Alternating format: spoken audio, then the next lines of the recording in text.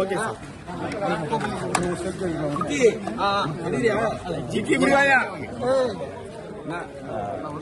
மைக்ல கீழே இருக்கு, மைக்ல கீழே இருக்கு. புதிய சிந்தனை வாழ்த்துக்கள்.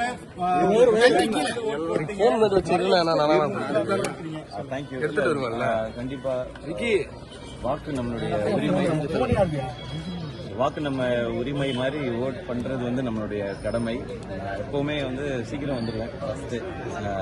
அது எலெக்ஷன்னால நம்ம போய் நம்மளுடைய ஓட்டு அதை நம்ம போய் போட்டணும் தான். ஸோ இந்த டைம் ஃபர்ஸ்ட் டைம் ஓட் பண்ற எல்லாருக்கும் வாழ்த்துக்கள்.